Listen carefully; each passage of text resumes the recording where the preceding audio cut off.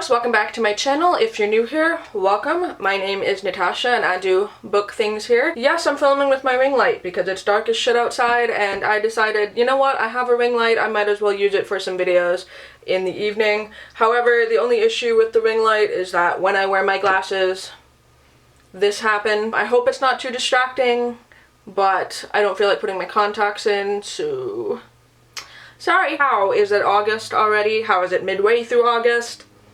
What are days? What is time? I don't know. It literally feels like my life is like racing by at an alarming pace. Does anyone else feel like that? I don't know. Yeah, give you guys my stats as I do every month. So as mentioned, I read 10 books. That's 3,346 pages. Divide that by 31, it's 107 pages a day. I feel like it's pretty good. I didn't end up reading graphic novels in July, yet still read 10 like full-size novels, which is a lot. I've read so far 8 books in 7 days in August, but a lot of those were graphic novels, so it kind of balances itself out. My star ratings go as follows. I had 0 1-star books, 1 2-star book, 2 3-star books, 5 4-star books, and 2 5-star books. I've noticed so far this year, I don't think I've rated a book a 1. I think because I'm mostly just grabbing things from my collection that I want to read at the time. I'm reading a lot of like good stuff or stuff that I know that I'll enjoy. So I find that interesting. My month overall was 3.8 stars, which is not too bad. I did end up reading 50% YA, 50% adult, 5 YA, 5 adult books, and my genres were contemporary, thriller, contemporary dystopian, thriller, contemporary thriller horror, contemporary and historical. So a lot of thrillers, a horror, a lot of contemporaries, and a historical dystopian in there. It's kind of interesting. My years were interesting as well.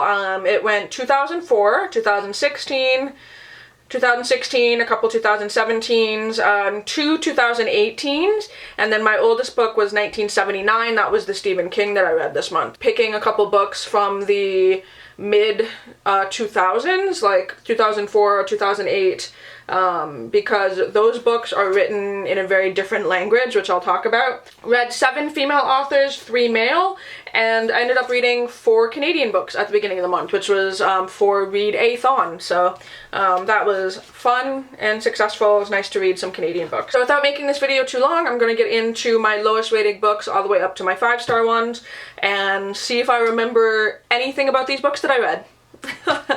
That's an issue. So my lowest rated book of the month was the first one that I read and one that I picked up completely on a whim. That is Fruit, a book about a boy and his nipples. This was written in 2004, I believe, and boy does it read like it was written in 2004. This follows a teenage boy who's dealing with puberty, growing up, maturing sexually, all that stuff, and he is convinced that his nipples are talking to him, and one day his nipples pop out. And so his nipples are kind of like a play on like his mind and his like subconscious dealing with puberty. It was a very interesting book. It's set in small town Ontario, which a town that I'm familiar with. However, the language in this, there's a lot of uses of the R word, there's a lot of like slang and slurs that may have been appropriate in 2004 when I was like 15, but is definitely not appropriate now, and it was very alarming to read that because it's stuff that as an adult now you're like, oh god, I really did say some stupid shit when I was younger, but it's rough to like read it. The whole thing with his nipples was fucking weird, and like, yeah, I get it that my channel is My Reading is Odd, but like this one was truly one I think this whole year has been probably one of the most odd books that I've read. Again, picked it up because it said a story about a boy and his nipples, and I thought that was going to be fucking hilarious. Definitely funny parts, like I did laugh out loud a few times, but it was just the language, and the story didn't end up leaving me with anything gripping, like, at all. So pretty much giving it a 2-star for like entertainment value. Next are my two 3-star books, both of which I had very high expectations for, both of which disappointed me. That sucks. The first one is Where I Live by Brenda Ruffner, and this one I had high hopes for. This is the book that I picked up when I was in New York at the Strand, and this had all the things that I could like. It's basically a YA book dealing with a girl who is homeless and is living in her high school, and that whole premise was something that completely caught my attention. Thought it would be really interesting to read from that perspective. Definitely things that I really liked about this. However, the way that this book is written, very hard to follow. There's not a lot of like paragraph structure. It's hard to tell sort of who's talking, and then I felt like it just jumped from scene to scene to scene to scene without any real break. And so if you're reading and you're trying to, like, you know, process what's going on, and then boom, they're here, and then boom, they're there, and then boom, this is happening, and then there was not a lot of there's not a lot of world building in describing the scenario around them as opposed to like what's happening.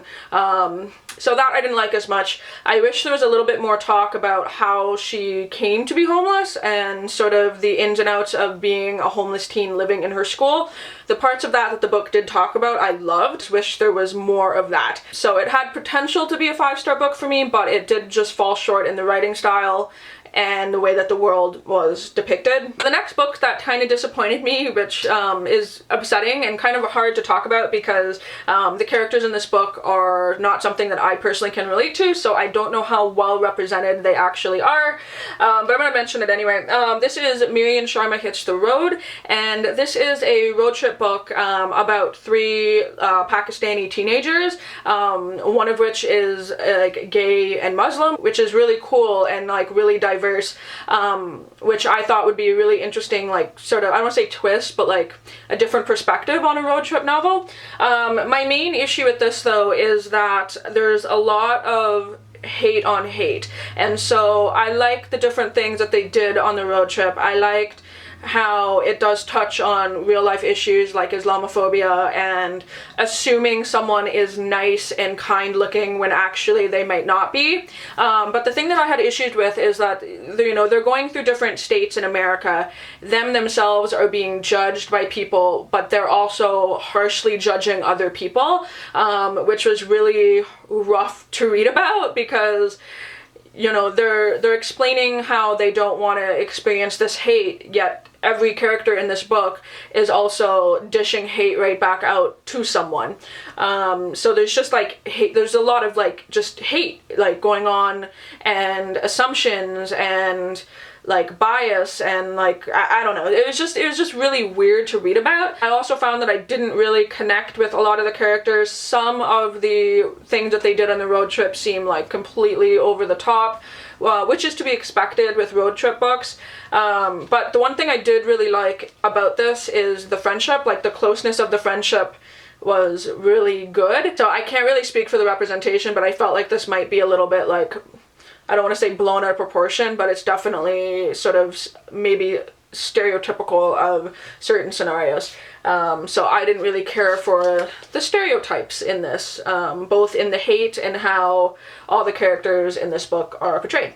So moving on to 4-star books, the first one that I read this month was Girl Man's Up by myeyeshadowisod. So this book deals with a Canadian set like near me actually in Mississauga. So I found that like an Ontario teenage girl who is dealing with her gender identity, what it means to be a girl but a tomboy, but you know, dealing with her gender identity and the fact that she's into girls. But what I found really interesting was the friendship groups in this. Her quote-unquote friends are just awful people, and some of the terms they say, like, you know, grow some balls, like stop being such a pussy, like stuff like that.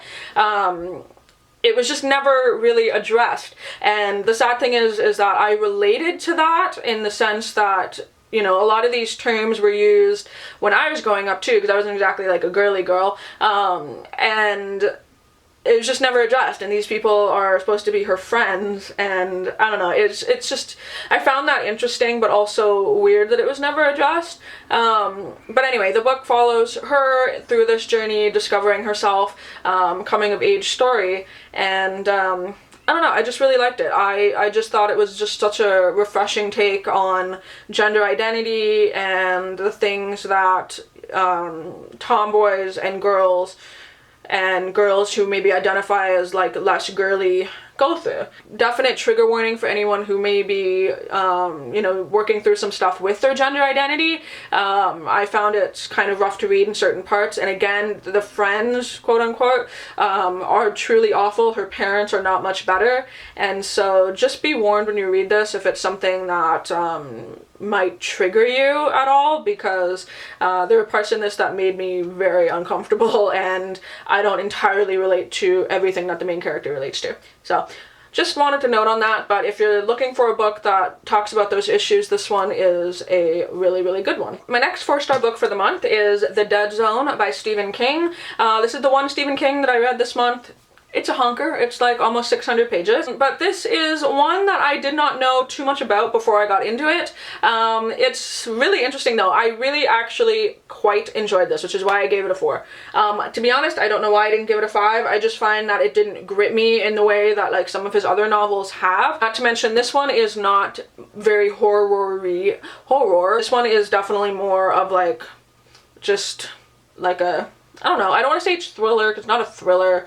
I don't want to say it's mystery, and I don't want to say it's paranormal. Basically, let me talk to you about what happens in this book. There is the main character, and he falls when he's a child, hits his head, and since then he has this thing that he calls the dead zone, where sort of like luck comes his way, or he's able to sort of predict what happens. He touches things and can see what happens, so like, is that paranormal? Is that... Julie, you could read this one, basically. But it follows him throughout his life and his sort of like medical stuff, which is really cool. Just liked it. I found it really interesting, page turning. I wanted to know what happened. Follows him and his like love at the time throughout the years. That was cool. I don't know, I just really fucking like this. There is a movie about this that has... oh my god, what is his name? Not Steve Buscemi. Christopher Walken, I believe, plays the main character. I need to watch that. The next 4-star book messed me up on several different levels. That was one that I picked from my TBR star jar, and that is Little Bee by Chris Cleave. It basically follows the story of 2 women, how they ended up being friends and how their lives are intertwined. Little Bee is a Nigerian refugee, an illegal Nigerian refugee, and then Sarah is a widow, and how their lives combine.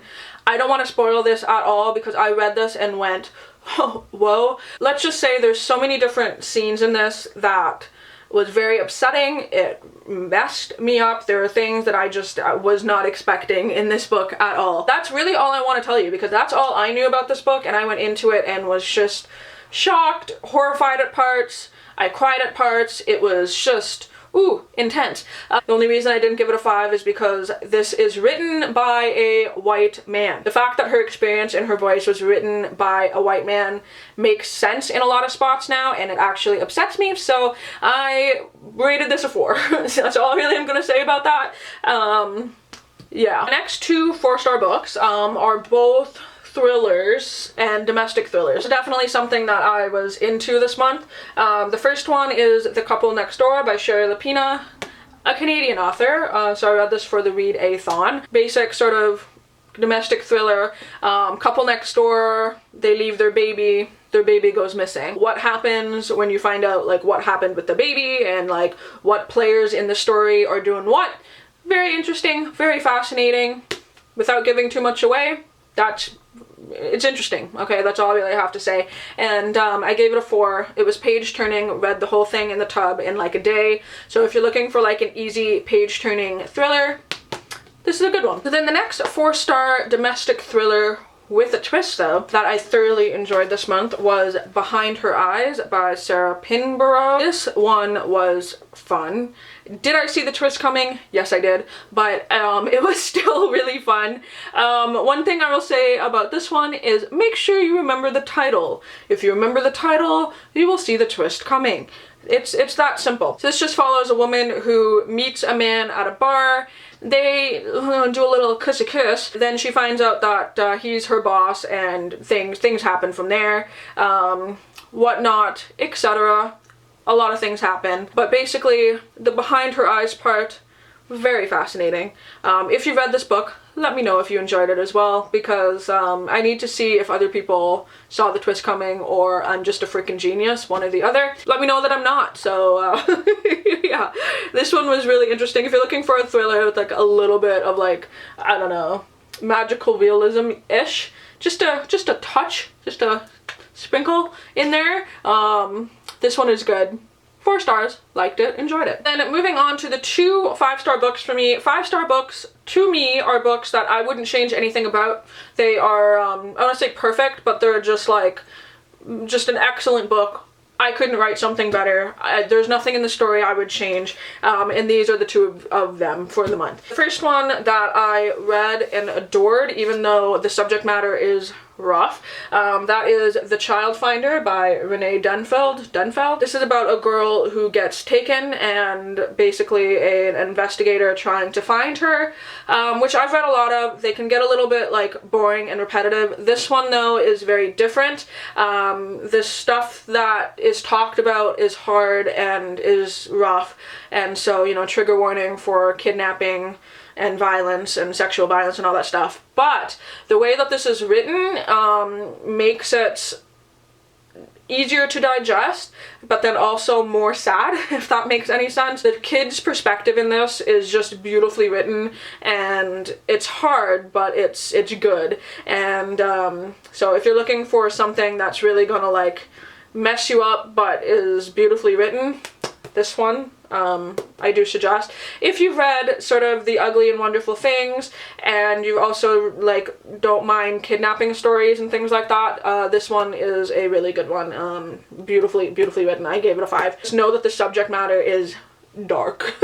So yeah. The last book I want to talk about is the other 5-star book that I read this month, and oh man, it deserved 5 stars, and it was so good. That is The Maro Thieves by Cherry Demeline. This is another Canadian book, yay. Also written by a Canadian Indigenous author, yay. Has characters like that in the book as well. However, this is set in sort of a dystopian world where Indigenous people are being hunted, searched for their bone marrow, because they're the only ones left after sort of like a sickness, post-apocalyptic kind of thing, where no one is able to dream, and it's something that people want to do, is be able to dream, and so they're hunted for their bone marrow. And it follows a character going through the journey of like trying to escape and being hunted and trying to find family and what it means to have this culture and the ability to dream, that sort of thing. It was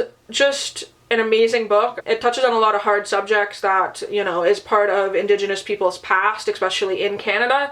Rough to read about, but very fascinating. Just a wonderfully horrible dystopian world. Again, if you're into something a little bit darker, check this one out. This month, the books that I seem to like the most were ones that are a little bit darker, are also excellently written, and this is one of them. So I definitely recommend, because it's a Canadian Indigenous author and there needs to be more support going that way. Also because it's just an absolutely wonderful book. So I gave this one 5 stars and I loved it. So, but yeah, without making this video too long, that is the 10 books that I read in the month of July. I'm well into August and I've read 8 things so far, so I imagine maybe I'll end up reading quite a few things in August. We'll see. Let me know in the comments down below if you've read any of these, which ones you have, which ones you're interested in, all that stuff. You guys know. Leave me comments. I read them. I respond to them when I can. Thank you guys for watching. I hope everyone is doing good, and until my next video, I'll talk to all of you soon. Bye!